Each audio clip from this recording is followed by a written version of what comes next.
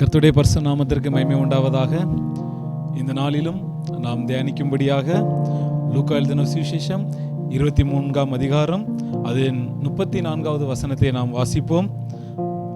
அப்பொழுது இயேசு, பிதாவே, இவர்களுக்கு மன்னியும், தாங்கள் செய்கிறது இன்னதென்று அறியாதிருக்கிறார்களே என்றார். கர்த்தருடைய பரிசுத்த நாமத்திற்கு ஸ்தோத்திரம் உண்டாவதாக. இயேசு கிறிஸ்து இந்த பூமியிலே வாழ்ந்த நாட்களிலே அவர் எத்தனையோ பொன்மொழிகளை, எத்தனையோ நல் காரியங்களை, எத்தனையோ மனித குலத்திற்கு தேவையான வார்த்தைகளை அவர் பேசினதுண்டு, சொன்னதுண்டு. அவைகள் எல்லாம் மனித குலத்திற்காகவே, அவர்களுடைய நன்மைகளுக்காகவே, நம்முடைய ஆவிக்குரிய வாழ்க்கைக்கும் பூமிக்குரிய வாழ்க்கைக்கும் நன்மையான ஏகப்பட்ட காரியங்களை ஆண்டவர் இயேசு கிறிஸ்து சொல்லியிருக்கிறார். ஆனாலும் இந்த இடத்திலே சொல்லப்பட்ட இந்த வார்த்தைகள் அவைகளை காட்டிலும் மிகவும் வித்தியாசமானவைகள். ஏனென்று சொன்னால், அந்த மற்ற வார்த்தைகள் எல்லாம் அவர் பூமியிலே நம்மை போல ஒரு சாதாரண மனிதனாக வாழ்ந்து கொண்டிருக்கிற காலத்திலே அப்பொழுது சொன்னப்பட்ட வார்த்தைகள். ஆனால் இந்த வார்த்தை அவர் தன்னுடைய கைகளில் ஆணி, கால்களில் ஆணி, தலையிலே முள்கிரீடம், உடம்பெல்லாம் இரத்த காயம், அப்படிப்பட்ட ஒரு வேதனையிலே துடித்து கொண்டிருக்கிற அந்த தருணத்திலே எம்பெருமானாகிய இயேசு தன்னுடைய வாயினாலே சொன்ன வார்த்தை, அதாவது பிதாவே, இவர்களுக்கு மன்னியும், தாங்கள் செய்கிறது இன்னதென்று அறியாதிருக்கிறார்களே என்று சொல்லி இங்கே அவர் ஒரு வேண்டுதல் பண்ணுகிறதை நாம் பார்க்கிறோம். பிரியமான கர்த்தருடைய ஜனமே, இந்த சிலுவையிலே அவர் சொன்ன வார்த்தைகள் முக்கியமாக 7 வார்த்தைகள் உண்டு. அந்த 7லே நம்பர் 1 டாப் மோஸ்ட் முதலாவது வார்த்தை என்னவென்று சொன்னால், பிதாவே, இவர்களுக்கு மன்னியும். அவர் தன்னுடைய பொன் வாக்குகளை, பொன் மொழிகளை சொல்வதற்கு, தொடங்குவதற்கு முதலாவதாக அவர் தொடங்குவதை, ஸ்டார்ட் பண்ணுகிறதே மன்னியும் என்கிற வார்த்தையிலே தொடங்குகிறார். அப்போ இந்த வார்த்தையை, பிதாவே, இவர்களுக்கு மன்னியும், தாங்கள் செய்கிறது என்று அறியார்களே, இந்த வசனத்தை ஒரு 3 பங்காக பிரித்து நாம் தியானிப்போம். கர்த்தர் நமக்கு உதவி செய்வாராக. இயேசு கிறிஸ்து இந்த சிலுவையிலே அவர் சொன்ன வார்த்தையிலே தொடக்கமே பிதாவே என்று சொல்லி, அவர் தன்னை அழைத்தவரை என்ன சித்தத்திற்காக இந்த பூலோகத்தில் அனுப்பினாரோ அந்த பிதாவை அந்த நேரத்தில் அவர் நினைவு கூறுகிறதை நம்மால் பார்க்க முடிகிறது. பாருங்கள், அந்த வழியின் மத்தியிலே, வேதையின் மத்தியிலே அவரோடு கூட இருந்தவர்களையோ, தன்னுடைய தாயையோ, தன்னுடைய சீஷர்களையோ, வேற யாரையுமே அவர் கூப்பிடவில்லை, அழைக்கவில்லை. இன்னொரு காரியத்தை சொல்லுகிறேன். சிலுவையில் அறையப்பட்ட இயேசு எங்கேயோ அழுததாகவோ நாம் பார்க்க முடியாது. அப்படி எங்கேயும் வேதாகமத்தில் சொல்லப்படவில்லை. அவைகள் மத்தியிலும், அவ்வளவு துக்கங்கள், அவ்வளவு வியாகுலங்கள் மத்தியிலும், நிந்தை அவமானங்கள் மத்தியிலும் ஒரு காரியத்தை செய்வதில் அவர் கரிசனையா இருக்கிறார்.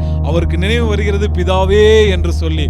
அப்ப பிரியமான கர்த்தருடைய ஜனமே, இதே போல ஆவிக்குரிய வாழ்க்கைக்காக அழைக்கப்பட்ட நாம், ஒரு வேறு பிரிக்கப்பட்ட வாழ்க்கைக்காக அழைக்கப்பட்ட நாம், பரலோக ராஜ்யத்திற்கென்று ஒரு உன்னத வாழ்க்கைக்கென்று பிரித்தெடுக்கப்பட்ட நாம், அதற்கென்று நம்முடைய ஓட்டத்தை ஓடிக்கொண்டிருக்கிற நாம், நம்முடைய வாழ்க்கையிலும் எப்படி இயேசு கிறிஸ்துக்கு தலையிலே முள்முடியோ அதே போல நமக்கு தலை சங்கடத்தை உண்டு பண்ணுகிற எத்தனை காரியங்கள் இருந்தாலும் சரி, நம்மை சோதனைப்படுத்துகிற, வேதனைப்படுத்துகிற, நமக்கு புண்ணாக்குகிற, நம்முடைய வலியை உண்டு பண்ணுகிற, நம்மை நிந்திக்கிற, நம்மை அவமதிக்கிற எப்பேற்பட்ட சூழ்நிலை நம்முடைய வாழ்க்கையிலே நமக்கு வரும் என்று சொன்னாலும், எப்படி பிதாவானவர், இயேசுவானவர் பிதாவை நோக்கி பிதாவே, அதாவது ஃபாதர் என்று சொல்லி தன்னுடைய அந்த மோசமான சூழ்நிலைகள் மத்தியிலே அவர் தன்னுடைய பிதாவை, தன்னை அழைத்தவரை அவர் அங்கே ஞாபகப்படுத்தினார், உச்சரித்தார். அதே போல நம்முடைய வாழ்க்கையில் வருகிற அந்த எல்லா பிரச்சனையும், எப்படிப்பட்ட சூழ்நிலையா இருந்தாலும் சரி, எப்பேற்பட்ட நிலைமையா இருந்தாலும் சரி, ரட்சிக்கப்பட்ட நாம் நமக்கு ஒரு காரியத்தை அறிந்திருக்க வேண்டும்.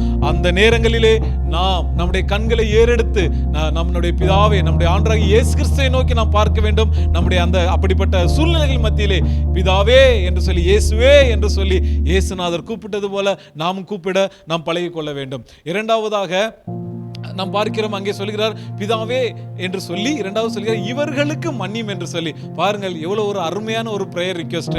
அவர் நினைத்திருந்தால் வானத்தையும் பூமியையும் உண்டாக்கினவர், அண்ட சராசரங்களையும் உருவாக்கினவர், எல்லா மனுகுலத்தையும் உருவாக்கினவர். அவர் நினைத்திருந்தால் ஒரு சேனையை, ஒரு தூதர் சேனையை அந்த இடத்துல இறக்கும் ஆண்டவரே என்று சொல்லி பிதாவின் இடத்தில் வேண்டிக் கொண்டிருந்தால், உடனே தன்னை துன்புறுத்தினவர்களையும், தன்னை அடித்தவர்களையும், தன்னை நிந்தித்தவர்களையும், அவமானப்படுத்தினவர்களையும் ஒரு நொடி பொழுதிலே அவர்களை அழித்திருக்க முடியும். முடியும். ஆனால் எம்பெருமானாகிய இயேசு அதை செய்யாமல் அவர் சொன்னது என்று சொன்னால், பிதாவே இவங்களுக்கு மன்னிச்சிருங்கப்பா அப்படின்னு சொல்லி. அப்ப அதாவது அவ்வளோ துக்கப்படுத்தினவங்களுக்கு மத்தியிலும் அவர்களுக்கு மன்னிங்கள் என்று சொல்லல. அதாவது அவர்கள் என்று சொன்னால் அடுத்தவர்கள், ஒரு மூன்றாவது நபரை குறிக்கும். இவர் சொல்லுகிறார் இவர்களுக்கு மன்னி, அதாவது இவர்கள் என்னுடையவர்கள், இந்த ஜனங்களுக்காக தான் நான் வந்தேன் என்று சொல்லி இவர்களுக்கு மன்னியும் என்று சொல்லி அவர் அங்கே ஒரு மன்றாட்டை செய்கிறதை நம்மால் பார்க்க முடியும். பிரியமான கர்த்தருடைய ஜனமே, அதே போல அதாவது நம்முடைய வீட்டிலே யாரையாவது போலீஸோ இல்லை யாரோ தவறு, நம்முடைய பிள்ளைகள் தவறு செய்தது நிமித்தம் மற்றவர்கள் அவர்களை தண்டிக்கும்படி, அவர்களை அடிக்கும்படி, இல்லை அவர்களை காவலிலே வைக்கும்படி பிடித்து கொண்டு போனால் தவறு செய்தது பிள்ளைகள். ஆனால் எப்படி ஒரு தாய் தகப்பனாக அவர்கள் மேல் அன்பு வைத்தது நிமித்தமும், அவர்கள் மேல் பாசம் வைத்தது நிமித்தமும் அந்த தன்னுடைய பிள்ளைக்காக நாம் போய் மன்றாடுவோமோ, தயவு செய்து மன்னிச்சிருங்க, அவன் தெரியாம செஞ்சிட்டான் அப்படின்னு சொல்லி அந்த பிள்ளைக்காக நாம் எப்படி மன்னிப்பு, குற்றமற்றவர்களாக நாம் மன்னிப்பு கேட்போமோ, அதே போல இயேசுநாதர் பாவம் அறியாதவர், குற்றமற்றவர், மாசற்றவர். இந்த இயேசுநாதர் தாமே தம்மை அடித்தவர்களையும் இந்த உலகம் அவரை அறிந்து கொள்ளவில்லை, அறிந்து கொள்ளாமல் அவரை அடித்தது, துன்புறுத்தினது. ஆனால் அப்படிப்பட்டவர்களுக்காக இயேசு சொல்லுகிறார், அவங்க என்ன செய்ய, அவங்க அவங்களுக்காக மன்னியும், அவங்க கேட்க வேண்டிய மன்னிப்பை இயேசு அவர்கள் சார்பாக அந்த இடத்திலே கேட்டதை நம்மால் அறிய முடிகிறது. பாருங்கள், இதனால் தேவனாகிய கர்த்தர் இயேசு கிறிஸ்து நம்மேல் வைத்த அன்பு எவ்வளவு பெரிதென்று பார்த்து கொள்ளுங்கள். பிரியமான கர்த்தருடைய ஜனமே, அது மாத்திரமல்ல, இயேசு சொல்லுகிறார் இவர்களை மன்னியும். அந்த சொன்னது ஏதோ சாதாரண ஒரு ஆட்களை பார்த்து இல்ல, அவரை அடிச்சவன், நிந்திச்சவன், துன்பப்படுத்தினவன், சரீரத்திலிருந்து ரத்தத்தை பீறி வரப்பண்ணினன் இயேசு கிறிஸ்து மன்னிக்கிறார். அப்படிப்பட்ட ஒரு மன்னிப்பு பெருத்த இருதயத்தை உடையவர் ஆண்டவராகிய இயேசு கிறிஸ்து. மூன்றாவது ஒரு காரியத்தை நாம் பார்ப்போம் என்று சொன்னால், தாங்கள் செய்கிறது இன்னதென்று அறியாமல் செய்கிறார்கள் என்று சொல்கிறார்கள். இதை எப்படி நாம் பார்க்க வேண்டும் என்று சொன்னால், பாருங்க, அவங்க எல்லாம் செய்யறாங்க, அடிக்கிறாங்க, உதைக்கிறாங்க, எல்லாம் பண்றாங்க. ஆனால் அந்த ஜனங்கள் ஒன்றை அறியவில்லை. நாம் யாரோடு விளையாடி கொண்டிருக்கிறோம், யாரை அடித்துக் கொண்டிருக்கிறோம், யாரை ரத்தம் சிந்த வைத்துக் கொண்டிருக்கிறோம். ஒன்றாகிய மெய் தெய்வத்தையும் வானாதி வானங்களையும் உண்டாக்கின அந்த தெய்வத்தை எல்லாம் நாங்கள் குத்துகிறோம், அடிக்கிறோம், ரத்தம் பீற பண்ணுகிறோம் என்று சொல்லி அந்த ஜனங்கள் அதை அறியாத அந்த நிலைமையில இருக்கிறாங்க அப்படி என்று சொல்லி ஆண்டவராகிய இயேசு கிறிஸ்து சொல்லுகிறார், பிதாவே இவர்கள் தாங்கள் செய்கிறது என்னதென்று அறியாமல் செய்கிறார்கள் என்று சொல்லி இயேசு கிறிஸ்து அங்கே அவர்களுக்காக ஒரு மன்றாடுதலை அங்கே செய்வதை நம்மால் பார்க்க முடிகிறது. பிரியமான கர்த்தருடைய ஜனமே, அந்த இயேசு கிறிஸ்து அன்று தன்னை அடித்தவர்களையும், தன்னை துன்புறுத்தினவர்களையும், தன்னை கொன்றவர்களையும் குறித்து ஆண்டவர் சொல்லுகிறார், என்ன செய்யறாங்கன்றே தெரியல என்று சொல்லி அவர்களுக்கு மன்னிப்பு கேட்கிறார். அன்றைக்கு அவர் சிலுவையிலே தொங்கினவராய் அந்த துக்கத்தோடு, அந்த பலவிதமான அந்த வலியோடு அவர் செய்கிறது என்னதென்று தெரியவில்லை என்று சொல்லி அவர்களுக்காக வேண்டிக் கொண்டார். இன்று ஆண்டவராகிய இயேசு கிறிஸ்து, அவர் நேற்றும் இன்றும் என்றும் மாறாத இயேசு கிறிஸ்து, இன்றைக்கு அவர் பிதாவின் வலது பரிசத்தில் இருக்கிறார். ஆனால் சிலுவையிலே அன்று செய்த அதே அந்த விண்ணப்பம், அதே ஆண்டவரே அவங்க என்ன செய்யறாங்கன்னு தெரியலன்னு சொல்லி அந்த விண்ணப்பத்தை வைத்தாரே, அதே விண்ணப்பத்தை இன்றும் அவர் எல்லா மானிட சமுதாயத்திற்காகவும் அவர் செய்து கொண்டிருக்கிறார். குறிப்பாக ரட்சிக்கப்பட்ட, பரலோகத்திற்கு என்று வேறு பிடிக்கப்பட்ட நாம் சில வேளை, பல வேளை நாம அறியாமையே நாம் செய்கிறது சரியா தவறா, இல்ல சரிதான் செய்கிறனா என்று ஒன்றுமே தெரியாமல் பல முறை நாம் தவறி செய்கிறோம் அல்லவா, அவைகளுக்காகவும் ஆண்டவராகிய இயேசு கிறிஸ்து இன்றும் அவர் பிதாவினிடத்தில் நமக்காகவும், உங்களுக்காகவும், எனக்காகவும் அவர் பரிந்து பேசிக் கொண்டிருக்கிறார். எனவே பிரியமான கர்த்தருடைய ஜனமே, இந்த வார்த்தையை கொண்டு நாம் சிந்திக்க வேண்டியது என்னவென்று சொன்னால், அவர் இப்படியாக பிதாவை நினைவு கூறினார், மன்னித்தார். மன்னிப்பு விஷயத்துல நாம ஒருவேளை இயேசு கிறிஸ்து அவர் காயமெல்லாம் ஆறுனதுக்கு அப்புறம், இல்ல அந்த காரியங்கள் நடந்து ரொம்ப நாள் கழிச்சு இவைகள் எல்லாம் தன்னுடைய சிந்தனையிலிருந்து விடுபட்ட போனதுக்கு பிற்பாடு அவர்களை மன்னிங்க அப்படின்னு சொல்லவில்லை.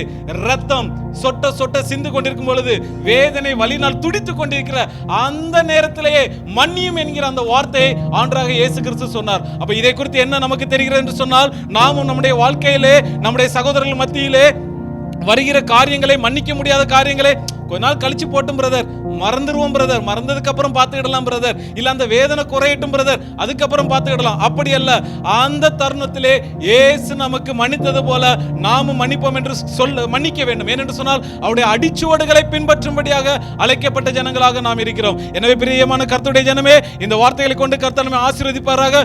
ஒன்றை மாத்திரம் சொல்ல விரும்புகிறேன், ஒருவன் இந்த தெய்வீகத்தை அடைய வேண்டும் என்று சொன்னால், பிதாவின் வலது பரிசத்தை அடைய வேண்டும் என்று சொன்னால், அந்த உன்னதமான நிலைக்கு எடுத்துக்கொள்ளப்பட வேண்டும் என்று சொன்னால், எப்படி இயேசு கிறிஸ்து எந்த சூழ்நிலையிலும் பிதாவை நினைவு கூர்ந்தாரோ, எந்த சூழ்நிலையும் எப்படிப்பட்ட விரோதியை மன்னித்தாரோ, அதே போல என்ன செய்யறாங்கன்னு தெரியல ஆண்டவர் என்று சொல்லி அவங்களுக்காக மன்றாடினாரோ, இதை நாமும் செய்வோம் என்று சொன்னால் அந்த உன்னத பரலோகத்திற்கு நாமும் எடுத்துக்கொள்ளப்படும். கர்த்தர் தாமே நாம் ஒவ்வொருக்கும் கிருபை அருள்வாராக. கர்த்தர் நம்மை ஆசீர்வதிப்பாராக. ஆமென். அல்லேலூயா. जय मसीह की, यीशु मसीह की पवित्र और सामर्थ नाम से आप सबको बधाई हो। खास करके इस गुड फ्राइडे के दिन आप सबकी शुभकामनाएं हो, क्योंकि संसार भर में आज ये दिन मनाई जाती है। हर एक दुनिया के इस कोने से लेकर उस कोने तक इस गुड फ्राइडे यानी शुभ दिन जो है, जहां यीशु मसीह कलवरी सूली पर मारे गए थे लोगों के लिए, लोगों के पापों के अधर्मों के लिए प्रभु यीशु मसीह हमारे लिए मारे गए, हमारे लिए अपने शरीर के सारे रक्त को बहाया ताकि लोगों के किए पापों से उनको क्षमा मिले। लेकिन एक खास ये विशेष बात यह है कि मतलब आज शुभ दिन इसलिए कहा जाता है कि ये विचित्र दिन है कि मतलब जहाँ भी लोग मरते हैं या कुछ शोक, ये शोक की बात है कि मतलब जहाँ शोक होता है, जहाँ मृत्यु होती है, वहाँ दुख उठाते। लेकिन यहाँ खास करके जब यीशु मसीह मृत्यु के स्मरण दिन को किया जाता है, उस समय जो है हम इसके शुभ दिन इसलिए कहा जाता है कि वो संसार के लोगों के लिए अपना खून बहाए, संसार के पापों के लिए वो अपना लहू बहाए। इसीलिए जो है उसको शुभ दिन कहा, कि उसी के लहू की, कि उनका लहू जो है निर्दोष, पवित्र, पावन और निष्कलंक और निर्दोष लहू उन्होंने हमारे लिए जो है बहाए। उस लहू के द्वारा जो है हमें पाप क्षमा मिलती है। और ये परमेश्वर यीशु मसीह ने हमें जो हम पर अनुग्रह तो किए हैं, उस अनुग्रह को हमें याद करना है। और इसलिए कहा जाता है कि मतलब जब आदि परमेश्वर आकाश और पृथ्वी को बनाए, उन्होंने जो है बनाकर आकाश में जो भी चीज जरूरत है, सारी जरूरतों को पूरा किया। पूरा करने में अंत में उन्होंने मनुष्य को अपने ही स्वरूप में बनाकर उस एदेन के बगीचे में रखा है। इस बगीचे में रखकर जो है उनको रखा है, उसमें खाओ पियो करके। लेकिन शैतान जो सर्प के रूप में से आकर उस स्त्री को बहकाकर उसको पाप करने के लिए आधीन बना दिया, और उसी के जरिए सारे संसार में जो है पाप प्रवेश हुआ। और उस पाप के जरिए जो है हमारे और परमेश्वर के बीच में जो संबंध था वो अलग हुए, जो रिश्ता था वो अलग हुआ। इस अलग को, जो अलगपन को जो प्रभु यीशु मसीह ने इसे पूरा किया, वो किस प्रकार किया कि यीशु मसीह इस पृथ्वी में मनुष्य के रूप में से पैदा हुए, इंसान के रूप में से पैदा होकर और प्रकट हुए। क्योंकि वचन कहता है कि फिलिप्पी की किताब में वो स्वर्ग का परमेश्वर होने के बावजूद भी अपने आप को तुल्य न समझकर, अपने आप को दीन और नम्रता बनाकर, अपने आप को शून्य बनाकर जो है वो अपने दीन, और यहाँ तक कि वो दिन किया कि कलवरी सूली तक अपने आप को वो दीन बनाया, अपने आप को नम्र बना के समर्पण किए।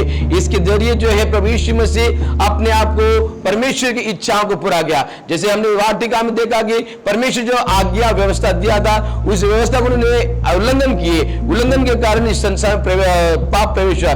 उस पाप से छुटकारा हम तभी पा सकते जब कोई एक निर्दोष, निष्कलंक, पवित्र लहू बहाया जाए। हर अनेक ग्रंथों में लिखा है कि लहू बहाए बगैर पाप क्षमा नहीं मिलता। वही लहू जो प्रभु यीशु मसीह हमारे लिए बहाए, उस लहू के द्वारा जो है हमारे पाप क्षमा किए थे। और जब वो सूली पर लटका गया था, उस समय परमेश्वर ने इस दूसरे वचन को कहते हैं कि लूका समाचार उसका 23 अध्याय 43 में कहा गया कि मैं तुमसे सच कहता हूं, आज ही तुम मेरे साथ स्वर्ग लोक में होगे। इस प्रकार से इस वचन को परमेश्वर ने हमें बताया कि मतलब कि वो आज वो सच कहने वाला परमेश्वर ये कहते कि आज के दिन मतलब परमेश्वर ने हमें मनुष्य के बीच में जो दरार आ गया था, फूट आया था, उस फूट को फिर से मिलाने के लिए, फिर से दरार को भी वापस से बनाने के लिए प्रभु यीशु मसीह हमारे लिए जो है कुर्बान हुए, हमारे लिए उस कलवरी सूली पर लटका गए, हमारे अपने सारे शरीर के खून को उन्होंने बहाए, क्योंकि वो हमसे प्रेम करते। वचन कहता है यूहन्ना 3:16 में कि परमेश्वर जगत के लोगों से इतना प्रेम किया, उन्होंने अपना एकलौता पुत्र दे दिया, ताकि जो कोई उस पर विश्वास करे वो नाश नहीं परंतु अनंत जीवन प्राप्त करे। इस अनंत जीवन देने के लिए, इस स्वर्ग लोक को जीने के लिए यीशु मसीह इस पृथ्वी पे अपने मनुष्य के रूप में से दुख सहा, दुख भोगा, शोक उठाए, सब कुछ होकर और अंत में अपने आप को कलवरी सूली पर अपने आप को कुर्बान दिए। इस कुर्बानी के द्वारा जो फिर से हमारे बीच, हमारे परमेश्वर के बीच में एक मेल मिलाप होता है, ताकि परमेश्वर ने कहा कि मतलब जो तुम्हारे अधर्म के कामों के कारण तुम्हारे और तुम्हारे जो परमेश्वर के बीच एक फूट आई, अलगपन है, इस अलगपन का अलग दूर करा के परमेश्वर फिर से एक मिलाप को लाना चाहते थे। इसलिए प्रभु यीशु मसीह जगत में पैदा हुए, इसलिए यीशु मसीह जगत में अगर दुख भोगा, इसलिए यीशु मसीह जगत में अगर अपने लोगों के लिए जो है अपना लहू बहाए, इस लहू के द्वारा हम फिर से जो है हमारे पाप जो है वो फिर से धोया जाता है और हम फिर से पावन बन जाते। इस पावन बनने से, इस पवित्र होने से हम परमेश्वर कहता है कि मैं तुमसे सच कहता कि आज ही वो आज का दिन में परमेश्वर ने बनाया, और वो दिन ये जो है कि परमेश्वर ने हमें एक मन फिराने के लिए एक अवसर दिया है। एक मन फिराने ये कि जो हमने पाप के परमेश्वर के विरोध में, उस परमेश्वर के पाप के इन सारे पापों को, अधर्मों को और गलती को परमेश्वर से आकर हमें पाप क्षमा मांगना है। पाप क्षमा मांगने से जो है हम फिर से जो परमेश्वर के स्वरूप में हम परमेश्वर संतान बन जाते, क्योंकि हम परमेश्वर के संतान है। इसलिए परमेश्वर उन अपने संतान को कहीं दूर या अलग करना नहीं चाहते, बल्कि अपने साथ समीप में रखना चाहते। इसलिए प्रभु पिता परमेश्वर ने यह चाहा कि अपने पुत्र को इस संसार में भेज के फिर से मनुष्य के साथ मिला। इस संसार में आकाश के नीचे, पृथ्वी के ऊपर और किसी नाम से नहीं दिया गया जो यीशु मसीह के नाम से दिया गया। वो उद्धार केवल यीशु के नाम से और किसी अन्य व्यक्ति के नाम से नहीं मिल सकता। इसलिए जो भी यहां सुन रहे हैं इस सारी चीजों को कि आप विश्वास कीजिए यीशु मसीह की पर, केवल यह करना कि मन फिरना है, और मन फिर कर जैसे रोमी की किताब 10वां अध्याय के 9वें वचन में कहा है कि यदि तुम अपने परमेश्वर को, यीशु को अपना प्रभु जानकर तुम अंगीकार करे और अपने होठों से यह स्वीकार करे परमे पिता परमेश्वर यीशु मसीह मृत्यु में से जिलाया गया, वो उद्धार पाता है। इसी उद्धार के लिए, यही उद्देश्य से यीशु मसीह जगत ही में आए, और इस जगत में वही आज पूरे विश्व में गुड फ्राइडे के दिन मनाया जाता है कि लोग स्मरण करें यीशु मसीह आने का उद्देश्य क्या है, वो क्यों आए, क्यों मारेंगे, क्यों गाड़ेंगे और क्यों वो जी उठे। जो कोई अपने मुंह से अंगीकार करते यीशु मसीह मेरे पापों के लिए आए, मेरे पापों के लिए मरे, मेरे पापों के लिए कोड़े खाए, मेरे पापों के लिए इस कांटों को बेड़ा गया था, और मेरे पापों के लिए मारे गए, मेरे पापों के लिए गाड़े गए, और मेरे पापों के लिए फिर से वो जी उठा। क्योंकि पिता परमेश्वर यही उद्देश्य था जिसने अपने स्वरूप में इंसानों को बनाया, ना कि किसी जानवर के स्वरूप में, ना किसी अन्य व्यक्ति के लिए, केवल अपने ही स्वरूप में अपने इंसान को बनाया। उस स्वरूप में बनाए लोगों को परमेश्वर फिर से मिलाना चाहते, इसलिए प्रभु यीशु मसीह आए। यही वो दिन है, यदि आज हम मन फिराए, यीशु मसीह को अपने व्यक्तिगत रूप में उद्धार करते हुए स्वीकार करें, निश्चय हमें पाप क्षमा मिलेगा। जैसे वचन कहता है कि मैं तुझसे सच कहता कि आज के दिन आज ही तू मेरे साथ स्वर्गलोक में गया। ये स्वर्गलोक पिता परमेश्वर हमें बनाए, जैसे एदन बगीचा में आदम हव्वा को बनाकर रखा था, उसी प्रकार फिर यीशु मसीह के जो है उस मार खाने से, लहू बहने से, मृत्यु से, और जो उसे गाड़े गाने से और पुनरुत्थान होने से कारण जो है वो हमें फिर से अपने स्वर्गलोक में इकट्ठा करना चाहते। इसको सुनने वाले सभी लोग प्रभु यीशु मसीह को स्वीकार कीजिए, आपको स्वर्ग राज्य में निश्चय राज्य और उसमें जगह मिला। क्योंकि वचन कहता है कि मार्ग सत्य जीवन में ही मेरे बिना, मेरे द्वारा पिता के पास कोई नहीं पहुंच सकता है। केवल यीशु ही मार्ग है, यीशु ही सत्य, यीशु ही जीवन है। जो कोई विश्वास करे निश्चय उनको स्वर्ग राज्य मिलेगा। आमीन।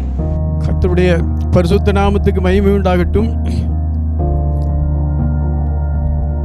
ஆண்டவராகிய இயேசு கிறிஸ்து சிலுவையிலே தொங்கிய போது ஆண்டவர் 7 வார்த்தைகளை பேசினார் என்று நாம் யாவரும் அறிந்திருக்கிறோம்.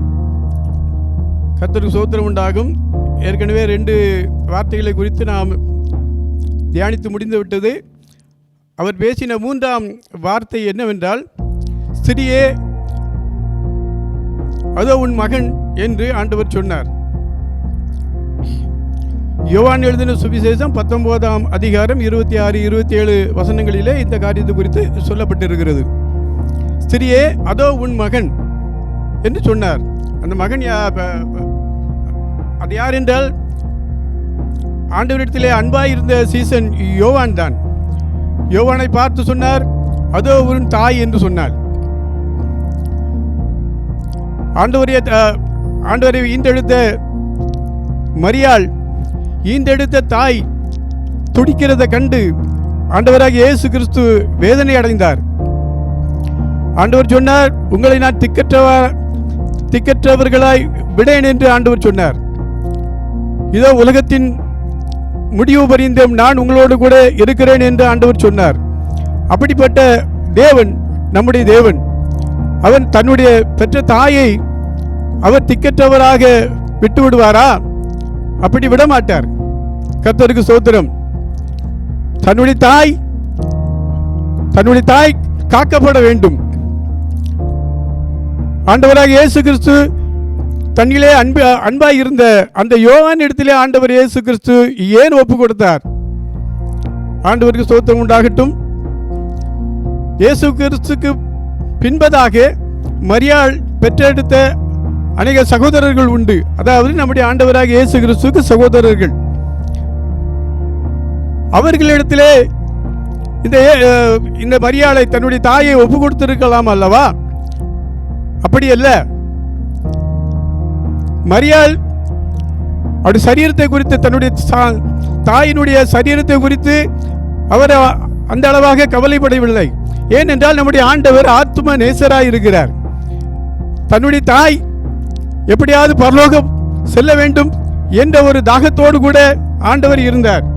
ஏனென்றால் ஆண்டவராக இயேசு கிறிஸ்து சிலுவையிலே மரித்ததே ஜனங்களை, மனிதர்களை பரலோகம் கொண்டு செல்ல வேண்டும் என்ற நோக்கத்தில் தான் இயேசு கிறிஸ்து தம்முடைய ஜீவனை கொடுத்தார். தன்னுடைய தாயும் பரலோகத்திற்கு செல்ல வேண்டும் என்ற ஒரே நோக்கத்தில் தான் இந்த யோவான் இடத்திலே இயேசு கிறிஸ்து தன்னுடைய தாயை ஒப்பு கொடுத்தார். காரணம் என்னவென்றால், அந்த தாய்க்கு தேவையான தேவ வார்த்தைகளை கொடுத்து அவர்களை போஷித்து அவர்களுக்கு பரலோகம் கொண்டு செல்ல வேண்டும் என்றுதான் ஆண்டவருடைய நோக்கம். நம்முடைய ஆண்டவர் அந்த யோவான் என்பவர் அப்போஸ்தலராக இருந்தார். அவர் மேய்ப்பனாகவும் இருக்கிறார். அந்த மேய்ப்பன் இடத்திலே தன்னுடைய தாயாகிய ஒரு ஆட்டுக்குட்டியை, ஒரு ஆடை மேய்ப்பன் இடத்திலே ஒப்பு கொடுக்கிறது போல அந்த யோவான் இடத்திலே ஆண்டவராக இயேசு கிறிஸ்து தன்னுடைய தாயை ஒப்படைத்தார். மேய்ப்பன் யோவானாய் இருக்கிறார், ஆடாக இருக்கிறது தன்னுடைய தாயாய் இருக்கிறாள். அந்த தாயை அங்கே யோவான் இடத்திலே ஒப்பு கொடுத்தார். ஆண்டவர் அவனுடைய வசனம் என்ன சொல்லுகிறது என்றால், எரேமியா 3:15 சொல்லுகிறது, என்னுடைய இருதயத்துக்கு ஏற்ற மேய்ப்பர்களை நான் உங்களுக்கு கொடுப்பேன் என்று சொல்லுகிறார் ஆண்டவர். அவர்கள் உங்களை புத்தியோடும் அறிவோடும் மேய்ப்பார்கள் என்று ஆண்டவர் சொல்லுகிறார். தன்னுடைய தாயை யோவான் இடத்திலே ஒப்பு கொடுத்த அதே வேளையிலே அந்த யோவான் அந்த நேரத்திலிருந்து அந்த தாயை தன்னிடமாய் ஏற்றுக்கொண்டார் என்று வேதம் நமக்கு சொல்லுகிறது. ஆண்டவர் கொடுத்த அவருடைய தாயாரை யோவான் தன்னிடமாய் ஏற்றுக்கொண்டார். ஆண்டவருக்கு ஸ்தோத்திரம் உண்டாகட்டும். இந்த இடத்துல நாம் என்ன பார்க்கிறோம் என்றால், ஆண்டவர் மேய்ப்பரை கொடுக்கிறார். ஆடுகளுக்கு மேய்ப்பரை கொடுக்கிறார். என் இருதயத்துக்கு ஏற்ற மேய்ப்பர்களை நான் உங்களுக்கு கொடுப்பேன், அவர்கள் உங்களை அறிவோடும் புத்தியோடும் மேய்ப்பார்கள் என்று ஆண்டவர் சொல்லுகிறார். கர்த்தருக்கு ஸ்தோத்திரம் உண்டாகட்டும். அதுபோல ஆண்டவர் இங்க வசனம் சொல்லுகிறது, எரேமியா மன்னிக்க வேண்டும்,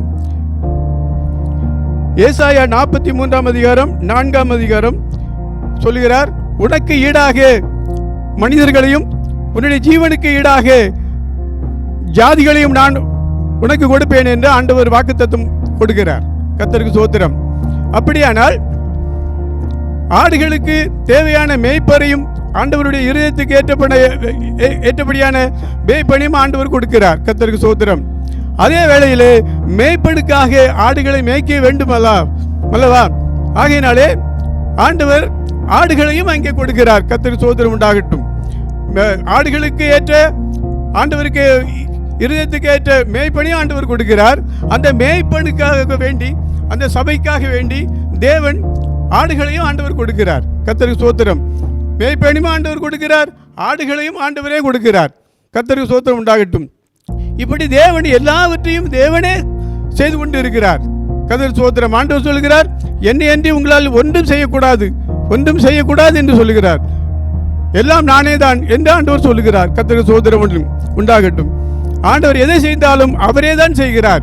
அவர் என்று ஒரு காரியம் நம்முடைய வாழ்க்கையிலே நடப்பது இல்லை. ஸ்தோத்திரம். நமக்காக தேவை, நமக்காக ஊழியக்காரர்களை, மேய்ப்பரை ஆண்டவர் ஏற்படுத்துகிறார். அந்த மேய்ப்பனுக்கு ஆடுகளையும் ஆண்டவர் கொடுக்கிறார். கர்த்தருக்கு ஸ்தோத்திரம். ரட்சிக்கப்படுகிறவர்களை கர்த்தர் அனுதினம் சபையிலே கொண்டு வந்து சேர்க்கிறார். ஆடுகளை, ஆத்துமாக்களை கொண்டு வருகிறவரும் நம்முடைய ஆண்டவராகிய இயேசு கிறிஸ்து தான் கொண்டு வருகிறார். கர்த்தருக்கு ஸ்தோத்திரம். நாம் நம்முடைய திறமையினாலே ஒரு காரியம் நாம் செய்வதில்லை. அது மேய்ப்பனாக இருந்தாலும் சரி, ஆடுகளாக இருந்தாலும் சரி, யாராக இருந்தாலும் சரி, எல்லாவற்றையும் ஆண்டவரே நமக்கு செய்கிறவராய் இருக்கிறார். கர்த்தருடைய ஸ்தோத்திரம் உண்டாகட்டும். எல்லாவற்றையும் ஆண்டவர் தான் கொடுக்கிறார். ஆண்டவர் இல்லாமல் நாம் ஒன்றுமே செய்ய முடியாது. கர்த்தருக்கு ஸ்தோத்திரம் உண்டாகட்டும். இந்த காரியத்திலே, இந்த வார்த்தையில இருந்து நாம் கற்றுக்கொள்கிறது என்னவென்றால், ஸ்தோத்திரம், மேய்ப்பனையும் ஆண்டவர் கொடுக்கிறார், ஆடுகளையும் ஆண்டவரே கொடுக்கிறார். அவரே என்று ஒரு காரம் நம்முடைய வாழ்க்கையிலே நடப்பது இல்லை. ஆகையினாலே ஸ்தோத்திரம், நம்முடைய வாழ்க்கையில எது நடந்தாலும் தேவன் தான் தருகிறார். அது சரீர பிரகாரமான காரியமாக இருந்தாலும் சரி, அல்லது ஸ்தோத்திரம் ஆவிக்குரிய கிரைகளா ஆசீர்வாதங்களா இருந்தாலும் சரி, ஆண்டவரே எல்லாவற்றையும் நமக்கு கொடுக்கிறார். ஆகினாலே நம்முடைய வாழ்க்கையிலே ஆண்டவரை சார்ந்துதான் நாம் ஜீவிக்க வேண்டும். ஆண்டவர் இல்லாமல் நம்முடைய வாழ்க்கையில ஒரு காரியம் நடப்பது இல்லை. ஆகினாலே நம்முடைய வாழ்க்கையை ஆண்டவருடைய கரத்தில் ஒப்பு கொடுத்து, நாம் அந்த வார்த்தையின்படி நம்முடைய ஒப்பு கொடுத்து ஆண்டவருடைய கரத்திலே நாமே ஒப்பு கொடுக்கும். கர்த்தர் நாமே ஆசீர்வதிப்பாராக. ஆமென். கர்த்தருடைய பரிசுத்த நாமத்திற்கு மகிமை உண்டாவதாக. இந்த குட் ஃப்ரைடே என்று சொல்லி நாம் மூன்று வார்த்தைகளை இப்பொழுது நம் முன் பேச கேட்டீர்கள். இப்பொழுது நான்காவதாக ஆண்டவர் இயேசுநாதர், என் தேவனே, என் தேவனே, ஏன் என்னை கைவிட்டீர் என்று சொல்லி சிலுவையிலே அவர் புலம்புவதை, அவர் கதறுவதை நாம் வேதத்திலிருந்து சங்கீதம் 22ஆம் சங்கீதத்திலே நாம் இந்த வார்த்தையை பார்க்கிறோம். என் தேவனே, என் தேவனே, ஏன் என்னை கைவிட்டீர்?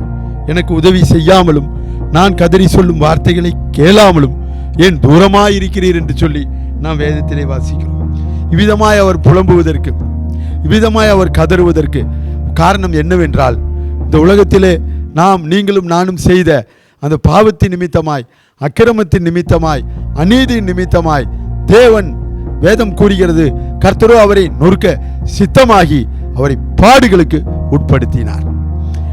நீங்களும் நானும் செய்த இந்த உலகத்திலே செய்த அந்த பாவத்திற்காய், அநியாயத்திற்காய், அக்கிரமத்திற்காய் இயேசுநாதர் அங்கு சிலுவையிலே புலம்புகிறார், கதறுகிறார், கண்ணீர் விடுகிறார். என் தேவனே, என் தேவனே, ஏன் என்னை கைவிட்டீர் என்று சொல்லி தேவனை நோக்கி பார்த்து அவர் கதறுகிறார். அவர் அப்படி கதறுவதனுடைய மிக முக்கிய நோக்கம் உங்களுக்கும் எனக்கும் உலகத்திலே பெரிய ரட்சிப்பு, இவ்வளவு பெரிதான ரட்சிப்பை குறித்து என்று வேதம் கூறுகிறது. இவ்வளவு பெரிதான ரட்சிப்பு உங்களுக்கும் எனக்கும் அவர் சிலுவிலே தம்முடைய ஜீவனை விடாவிட்டால், அவர் கதறாவிட்டால், அவர் புலம்பாவிட்டால், அவர் அப்படி துக்கப்படாவிட்டால் அந்த பெரிதான ரட்சிப்பு உங்களுக்கும் எனக்கும் கிடைக்க வாய்ப்பில்லை. அதற்காய் நாம் தேவனுக்கு எவ்வளவு உண்மை உள்ளவர்களாய், நன்றி உள்ளவர்களாய், நன்றியுள்ள இருதயத்தோடு ஒரு நாளும் கர்த்தர் நமக்கு செய்த நன்மைகளை நினைத்து நினைவு கூற நாம் கடமைப்பட்டவர்களாய் காணப்படுகிறோம். வேதம் கூறுகிறது, அவருக்கு அழகும் இல்லை, அவருக்கு சௌந்தரியம் இல்லை, நாம் அவரை பார்க்கும்போது நாம் விரும்பத்தக்க ரூபம் அவருக்கு இல்லாதிருந்தது. அவர் அசட்டை பண்ணப்பட்டிருந்தார், மனுஷரால் புறக்கணிக்கப்பட்டிருந்தார், துக்கம் நிறைந்தவராய் காணப்பட்டார், பாடு அனுபவித்தவருமாய் இருந்தார் என்று வேதம் கூறுகிறது. அப்படிப்பட்ட தேவாதி தேவகுமாரன் வானங்களை படைக்கையில் நான் அவரோடு கூட இருந்தேன் என்று சொல்கிறார். சமுத்திர விலாசத்தை வட்டணிக்கிலும் நான் அவர் அருகே செல்ல பிள்ளையாயிருந்து நித்தம் அவருடைய மனமகிழ்ச்சியாயிருந்து எப்பொழுதும் அவருடைய சமூகத்தில் கலிகூர்ந்தேன் என்று அவர் வேதத்திலே நாம் வாசிக்கிறோம். கலிகூர்ந்த தம்முடைய குமாரனை தேவன் இந்த உலகத்திலே அனுப்பி உங்களுக்காக எனக்காக ஒரு பெரிய விலை மதிக்க முடியாத பரிசாக அவர் தந்திருக்கிறார், கொடுத்திருக்கிறார். அந்த தேவாதி தேவனை நாம் விசுவாசிக்க வேண்டும். 100க்கு 100 இந்த நாளில் நாம் விசுவாசித்து அவரை முழு இருதயத்தோடு, முழு ஆத்மாவோடு, முழு மனதோடு, முழு பலத்தோடு, முழு சிந்தையோடு அவரிடத்தில் அன்பு கூற நாம் கடமைப்பட்டவர்களாய் காணப்படுகிறோம். இந்த குட் ஃப்ரைடே, ஈஸ்டர் என்று சொல்லி ஆர்சிக்காரர்கள் 40 நாட்கள் என்று ஜெபிக்கிறார்கள், புராட்டஸ்டன்ட்காரர்களும் 30 நாட்கள் 40 நாட்கள் என்று ஜெபிக்கிறார்கள். எப்படி ஜெபம் பண்ணினாலுமே வேத வசனத்தின்படி, சத்தியத்தின்படி ஜெபிப்பது மிக மிக அவசியம்.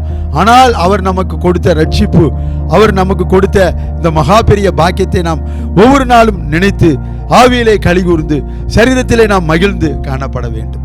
வேதம் கூறுகிறது, நாம் ரட்சிக்கப்படும்படி அவருடைய நாமமே அல்லாமல் வேறொரு நாமம் இந்த பூமியிலே கட்டளையிடப்படவில்லை. வானத்தின் கீழெங்கும் பூமியின் மேலெங்கும் இயேசு கிறிஸ்துவின் நாமமே அல்லாமல் வேறொரு நாமம் கட்டளையிடப்படவில்லை. அந்த நாமத்திலே நாம் ஒவ்வொரு நாளும் அவரை கிட்டி சேர்ந்து, ஆண்டவரே, நீர் என்னை ரட்சித்தீர், என்னுடைய உலகத்திலிருந்து வேறு பிரித்தீர், உலகத்தின் மகா பெரிய இந்த கரைகளிலிருந்து என்னை பாதுகாத்து கொண்டு வந்திருக்கிறீர், அதற்காக உமக்கு நன்றி என்று சொல்லி ஒவ்வொரு நாளும் நாம் அவரை துதிக்க வேண்டும், ஸ்தோத்திரிக்க வேண்டும், மகிமைப்படுத்தி கொண்டே இருக்க வேண்டும். நாம் அவர் நமக்கு கொடுக்கிற எல்லாவற்றிலும், நமக்கு கொடுக்கிற ஒவ்வொரு காரியங்களிலும் கர்த்தரை நாம் நினைத்து நினைத்து நினைத்து துதித்து துதித்து துதித்து அவரை மகிமைப்படுத்தி கொண்டே இருக்க வேண்டும் என்பதே தேவனினுடைய சித்தம், தேவனுடைய நோக்கமாக இருக்கிறது. அவர் ஆண்டவரிடத்தில் புலம்புகிறார், தாப்பனை என்னை கைவிட்டீர்கள் அப்பா, ஆனால் எனக்கு பின்பதாக ஒரு சந்ததி வந்திருக்கிறது. வேதம் கூறுகிறது, கர்த்தர் தமது சந்ததியை கண்டு நீடித்த நாளாய் இருப்பார் என்று எழுதியிருக்கிறது. அந்த சந்ததி இவ்விதமாய் துன்பப்படக்கூடாது, கஷ்டப்படக்கூடாது, பசியினால், பட்டினியினால், உலகத்தினுடைய பலவிதமான கவலைகளினால், பாரங்களினால், கண்ணீர்களினால் என்னுடைய சந்ததி அப்பா, நீர் ஆண்டவரே கொடுத்த சந்ததிகள் கலங்கக்கூடாது என்று சொல்லி உங்களுக்காக, எனக்காக அவர் தம்முடைய ஜீவனை சிலுவையிலே அர்ப்பணித்தார், சிலுவையிலே ஒப்பு கொடுத்தார், சிலுவையிலே அவர் ரத்தம் சிந்தினார். அதை நாம் நினைத்து அவருடைய நாமத்தை ஒவ்வொரு நாளும் நாம் மகிமைப்படுத்தி அவருக்கு முழு இருதயத்தோடு, நன்றியுள்ள இருதயத்தோடு அவருக்கு நன்றி சொல்லி அவரை நாம் மகிமைப்படுத்த மிக ஜாக்கிரதை உள்ளவர்களாய் காணப்பட வேண்டும். தகப்பனே, இவ்விதமாய் நீர் கஷ்டப்பட்டதின் நோக்கம் என்ன? நீர் பாடுபட்டதின் நோக்கம் என்ன? எனக்காக அல்லவா? என்னுடைய குடும்பத்திற்காக அல்லவா? என்னுடைய ஆசீர்வாதத்திற்காக அல்லவா என்று சொல்லி ஒவ்வொரு நாளும் நாம் அவரை துதிக்க, மகிமைப்படுத்த, அவரை ஸ்தோத்திரிக்க நாம் கடமைப்பட்டவர்களாய் காணப்படுகிறோம். என்னமோ கடமைக்காக எல்லாரும் வருகிறார்கள் என்று சொல்லி அநேகர் வந்து கொண்டு போய்கொண்டிருப்பார்கள். அவருடைய நன்றி உலகத்திலே வேதம் கூறுகிறது, சீசன் நாமத்தின் நிமித்தமாய் இந்த சிறியரில் ஒருவனுக்கு ஒரு கலசம் தண்ணீர் மாத்திரம் குடிக்க கொடுத்தார், தன் பலனை அடையாமற் போக மாட்டான். அப்பொழுது எங்கு போனாலும், எங்கிருந்தாலும், எங்கு சாப்பிட்டாலும், ஆண்டவரே நீர் கொடுத்த அந்த ஆகாரத்திற்காய் நன்றி, நீர் கொடுத்த இந்த உடைக்காய் நன்றி, நீர் கொடுத்த இந்த இடத்திற்காய் நன்றி, நீர் கொடுத்த ஒவ்வொரு இதற்காய் நன்றி அப்பா, நன்றி அப்பா, நன்றி அப்பா என்று சொல்லி இந்த நாட்களிலே நாம் முழு இருதயத்தோடு, முழு ஆத்மாவோடு, முழு பலத்தோடு, முழு இருதயத்தோடு, முழு சிந்தையோடு அவரை ஸ்தோத்தரிக்க, அவரை மகிமைப்படுத்த கடமைப்பட்டவர்களாக இருக்கிறோம். அவருக்கு நன்றி சொல்ல ஒரு நாளும் நாம் மறந்து விடவே கூடாது. கர்த்தர் இந்த வார்த்தையின் மூலமாய் உங்களையும் அடிமையும் ஆசீர்வதிப்பாராக. ஆமேன். கர்த்தருடைய பரிசுத்த நாமத்துக்கு மகிமை உண்டாவதாக. இந்த வேளையில் சிலுவையை குறித்து 4 வார்த்தைகளை கேட்டோம். 5வதாக, இதோ வேத வாக்கியங்கள் நிறைவேறத்தக்கதாக தாகமாக இருக்கிறேன். இயேசு கிறிஸ்து பல நிந்தைகள், பாடுகள் மத்தியிலும் கடைசி நேரத்தில், நிந்தை தாங்க முடியாத நிந்தை நேரத்தில் அவர் சொன்ன வார்த்தை, நான் தாகமாக இருக்கிறேன் என்று எதற்காக சொன்னார் என்பதை குறித்து நாம் இந்த வேளையில் பார்க்க போகின்றோம். 3 காரியங்களை குறித்து நாம் பார்க்க போகின்றோம். தீமோத்தேயுவிலே நாம் படிக்கின்றோம், எல்லா மனிதர்களையும் ரட்சிக்கவும் சத்தியத்தை அறிகின்ற அறிவியலும் அடையத்தக்கதாக இயேசு கிறிஸ்து சிலுவையில் பாடுபட்டார் என்று அறையப்பட்டார் என்று பார்க்கின்றோம். மட்டுமல்ல, அவர் எல்லா மனிதர்களுக்காகவும் மீட்கும் பொருளாக அவர் மனிதனாக அவர் ஒப்பு கொடுத்தார் என்று பார்க்கின்றோம். அவர்தான் இயேசு கிறிஸ்து. அவர் நமக்காக அவர் சிலுவையில் அறையப்பட்டார். நாம் எதற்காக சிலுவையில் அறையப்பட்டாரோ அதை குறித்து நம்முடைய பாவங்கள், நம்முடைய பாவத்தின் தாகங்கள், உலக ஆசபாசங்களின் தாகங்கள், இதிலிருந்து எந்த ஒரு மனுஷனும் எந்த ஒரு மனுஷனுடைய ஆத்மாவும் அழிந்து போகக்கூடாது என்ற நோக்கத்திற்காகவே அவர் சிலுவையில் அறையப்பட்டார். அதற்காகவே அவர் தாகமாக இருக்கிறேன் என்று சொன்னார். அந்த தாகமாக இருக்கிறேன் என்று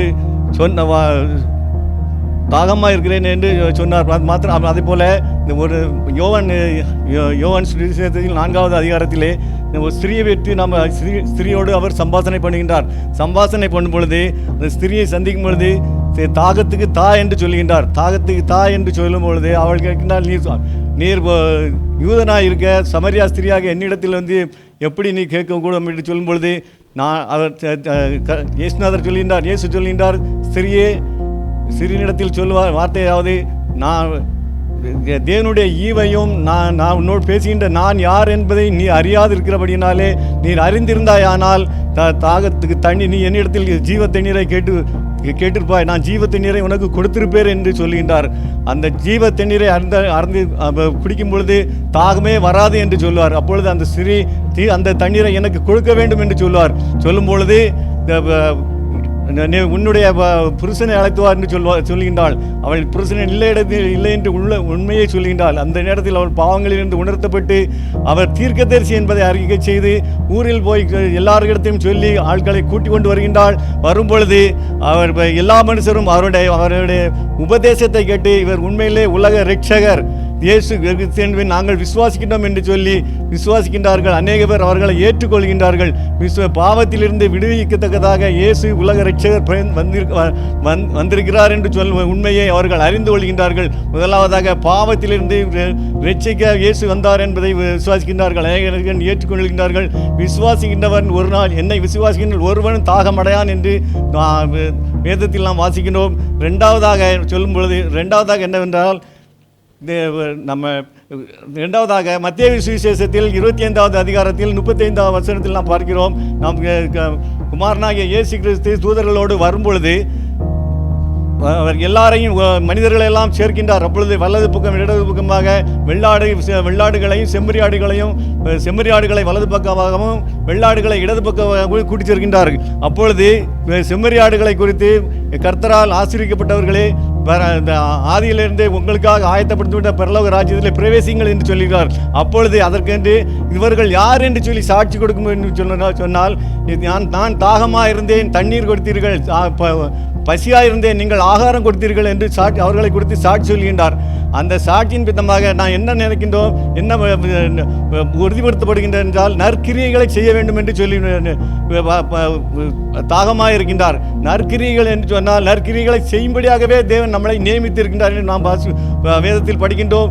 முடிவு புரிந்த நற்கிரியைகள் செய்ய வேண்டும் என்று சொல்லி நாம் வேதத்தில் படிக்கின்றோம். நற்கிரியைகள் சோர்ந்து போகாதபடி நற்கிரியைகளை செய்யவும் மகிமையும் கணத்தையும் அழியாமையும் தேடுகின்றவர்களுக்கு தான் நித்திய ஜீவன் உண்டு என்று பார்க்கிறோம்.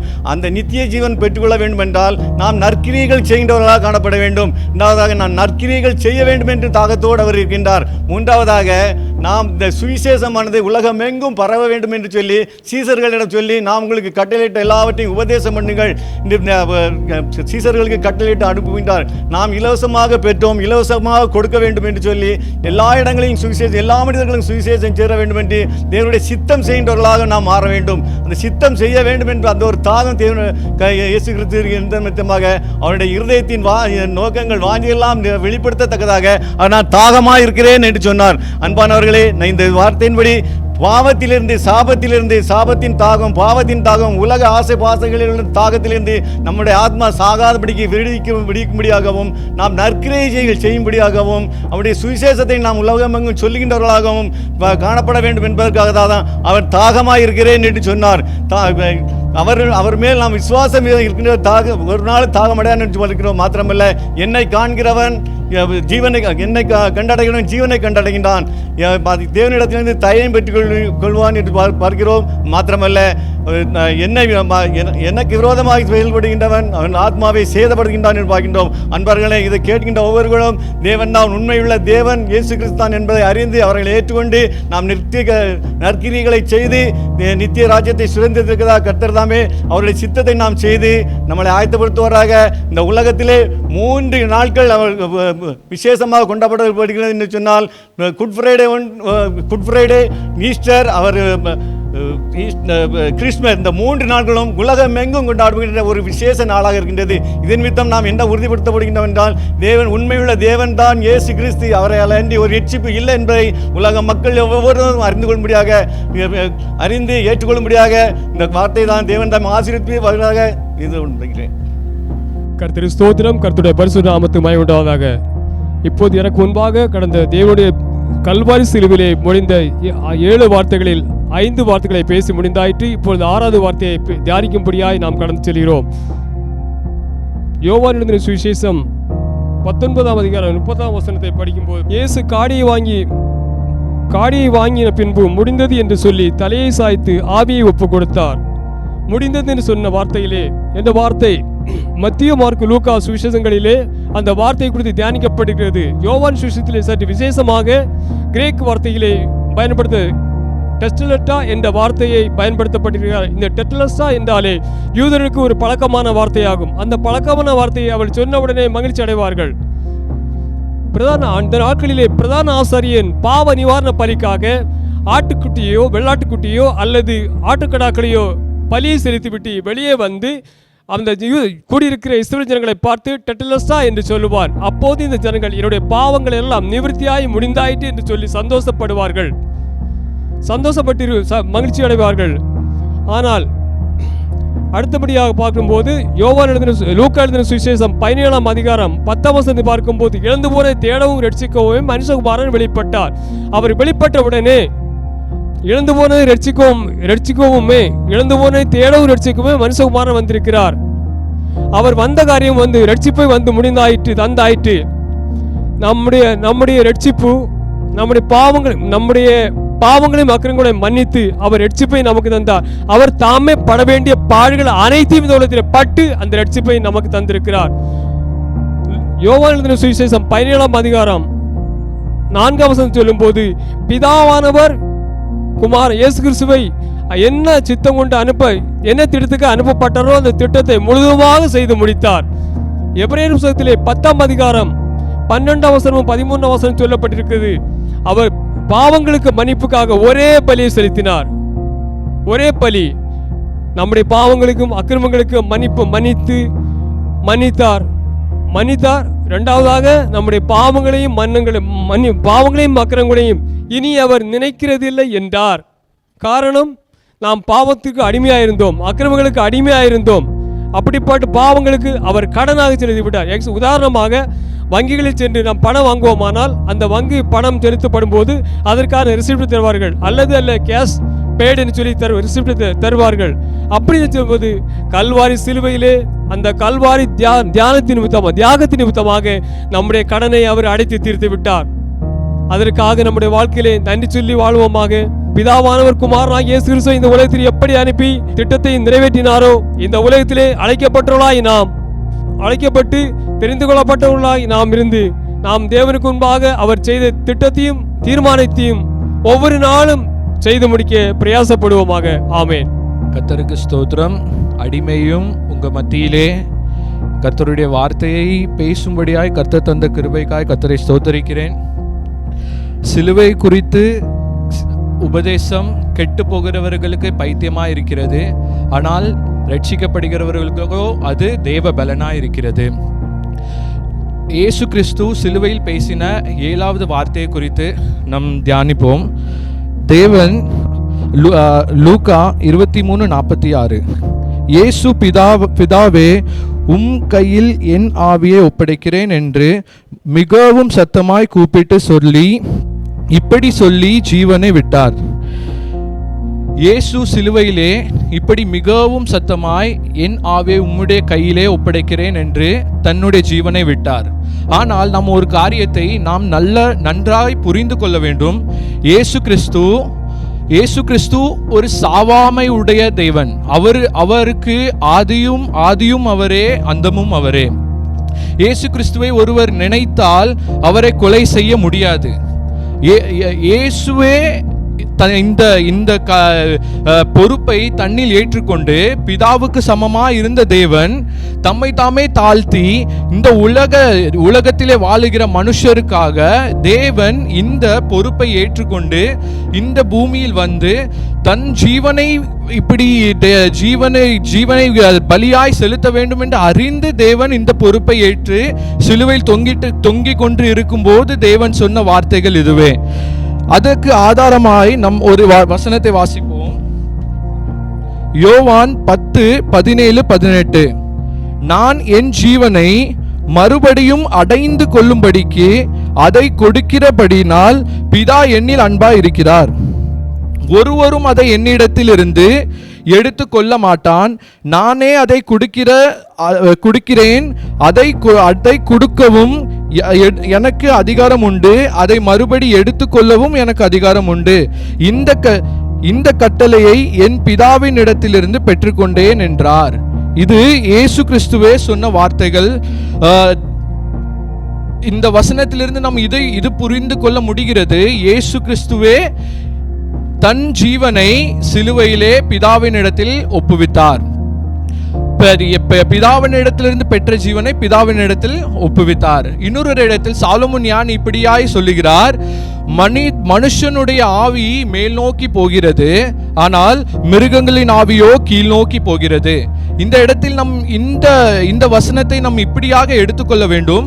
மனுஷருடைய ஆவி மேல் நோக்கி போகிறது, ஆனால் இதில் உண்மை என்னவென்றால் மேல் நோக்கி போகிறது என்று சாலமோன் ஞானி சொல்லப்பட்ட அந்த மேல் நோக்கி போகிற அந்த இடம் ஒரு இளைப்பாறுதல் ஸ்தலம், கீழ் நோக்கி போகிற ஒரு ஸ்தலம் என்று அது பாதாளம். அப்போ எல்லாருடைய மனுஷருடைய ஆவியும் மேல் நோக்கி போகாது. இயேசு கிறிஸ்துவின் இரத்தத்தால் பாவ மன்னிப்பு பெற்ற ரட்சிக்கப்பட்ட மனுஷருடைய ஆவி மாத்திரமே மேல் நோக்கி போகும். அது மாத்திரமல்ல, ரட்சிக்கப்பட்டு அவங்களுடைய ஜீவ நாட்கள் எல்லாம் கிறிஸ்துவுக்குள் யார் வாழ்கிறார்களோ அவங்களுடைய ஓட்டம் எல்லாம் தேவனோடு உள்ள உறவிலே நிலைத்து நின்று அவங்களுடைய ஓட்டத்தின் முடிவிலே கிறிஸ்துவுக்குள் யார் இருக்கிறார்களோ, யார் தேவனோடு அந்த உறவிலே நிலைத்திருந்து தேவனுடைய சித்தத்தை நிறைவேற்றி முடிக்கும் போது அவர்களுக்குள் கர்த்தர் ஒரு விசுவாசத்தையும் ஒரு நம்பிக்கையும் தருவார். அந்த மனுஷன் மாத்திரம் சொல்ல முடியும், எனக்கு மரண பயமே இல்லை, நான் இன்று மரித்தாலும் கர்த்தருடைய ராஜ்யத்தில் நான் இருப்பேன் என்று அவர்கள் சொல்லக்கூடும். இது போல பாதாளம், மிருகங்களுடைய ஜீவன் மாத்திரம் பாதாளம் செல்லுவதல்ல, மனுஷருடைய ஜீவனும் பாதாளம் செல்லும். அது எப்படிப்பட்ட மனுஷர்களா இருப்பார்கள்? அவர்கள் ஒன்று தேவனை அறியாதவர்களா இருப்பார்கள், இயேசு கிறிஸ்துவை அறியாதவர்களா இருப்பார்கள். இல்லை என்றால் அவர்கள் இயேசுவை அறிந்தும் ரட்சிக்கப்பட்டும் பின்மாற்றத்தில் போய் இருப்பார்கள். இப்படிப்பட்ட மனுஷர்கள் அவங்களுடைய மரணம், அவங்களுடைய ஓட்டம் முடியும் போது அவங்களுடைய ஜீவன் தேவனிடத்திற்கு போக முடியாத அளவுக்கு பிசாசானவன் அவங்களுடைய ஜீவனை நரகத்திற்கு, பாதாளத்திற்கு கொண்டு செல்வான். இந்த நரகத்திற்கு தப்புவிக்கப்பட இது எப்படி இயேசு கிறிஸ்து தன்னுடைய ஓட்டத்திலே, அந்த ஓட்டம் முழுவதும் இயேசு கிறிஸ்துவும் பிதாவானவரும் எந்த இடத்திலையும் அவங்களுடைய இயேசு கிறிஸ்துக்கும் பிதாவானவருக்கும் நடுவிலே எந்த ஒரு தனிமையும் இல்லை. பிதாவானவரும் இயேசு கிறிஸ்துவின் ஐக்கியத்தை யாரும் அங்க பிரிந்ததே கிடையாது. ஆனா அந்த சிலுவையிலே மாத்திரம் தேவன் இயேசு கிறிஸ்து பிதாவானவரை பிரிந்தது நிமித்தம், அந்த வேதனை நிமித்தம் சொல்லப்பட்ட இந்த வார்த்தைகள் இருந்தாலும் இயேசு கிறிஸ்துவுக்கு தெரியும், இந்த ஜீவனை பிதாவானவர் எனக்கு தந்தார், பிதாவானவருக்கே நான் திரும்ப கொடுக்கிறேன். திருப்பியும் மூணாவது நாள் பிதாவானவர் என்னை உயிரோடு எழுப்ப போகிறார் என்ற அந்த ஒரு புரிதலின் நிமித்தம் இயேசு கிறிஸ்து இந்த வார்த்தைகளை சொன்னார். நம்ம இந்த காரியங்களிலிருந்து நம்ம என்ன கற்றுக்கொள்கிறோம் என்றால், நம்மளுடைய ஆவி, நம்மளுடைய ஜீவன் பாதாளத்துக்கு செல்லாமல் இயேசு கிறிஸ்து எப்படி தன்னுடைய ஓட்டத்தை முடித்து வெற்றி சிறந்து பரலோகத்துக்கு சென்றாரோ அவருடைய அடிச்சுவடுகளை நம்மளும் பின்பற்றி கொண்டு இருக்கிற நாம், நம்மளுடைய ஓட்டம் முடியும் போது நம்மளுடைய ஜீவன், நம்மளுடைய ஆத்மா பரலோக ராஜ்யத்திற்கு இளைப்பாறுதலுக்கு செல்ல வேண்டும் என்றால் கிறிஸ்துவுக்குள் நம்மளுடைய மரணம் இருக்க வேண்டும், நம்மளுடைய ஓட்டம் முழுவதும் கிறிஸ்துவுக்குள் இருக்க வேண்டும். கிறிஸ்துவுக்காக நம்மளுடைய ஓட்டங்கள் இருக்கும்போது கர்த்தர் நம்மளுடைய ஓட்டத்தின் முடிவையும் இதை போல் நம்மளை சொல்ல வைப்பார். எனக்கு மரண பயமே இல்லை, நான் இன்று கண்ணை இங்கே மூடினாலும் பரலோக ராஜ்யத்தில் நான் அவரோடு இருப்பேன் என்று நம் தைரியமாய் சொல்லி நம்மளுடைய ஓட்டத்தை முடிக்கக்கூடும். நம்ம அநேக பரிசுத்தவான்களுடைய சாட்சிகளை கூட நம்ம கேட்டிருப்போம்.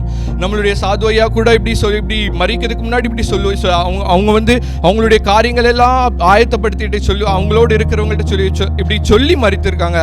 நான் இன்னைக்கு இறந்துருவேன், எல்லாரையும் கூப்பிடுங்க, எல்லாரையும் வர சொல்லிருங்க, இங்க இப்படி ப்ரேயர் மீட்டிங்க்கு தேவையான காரியங்கள் எல்லாம் ஆயத்தம் பண்ணிருங்க என்று சொல்லி ஒரு மரண பயமின்றி அவங்களுடைய எதிர்காலத்தை நோக்கி தேவராஜ்யத்துக்கு போகிறேன் என்ற அந்த மரண பயம் அற்ற ஒரு ஓட்டத்தை அந்த ஓட்டத்தின் முடிவு அந்த சாதுயாவுக்கு கிடைத்தது மாதிரி எப்படி இந்த இயேசு கிறிஸ்து தன் ஓட்டத்தை இந்த பூமியில முடித்தாரோ, அதே போல் நம்மளும் இந்த பூமியிலே வெற்றியாய் நம்மளுடைய ஓட்டத்தை முடிக்க கர்த்தர் இயேசு கிறிஸ்து தாமே நம் யாவருக்கும் கிருபை செய்வாராக. ஆமென்.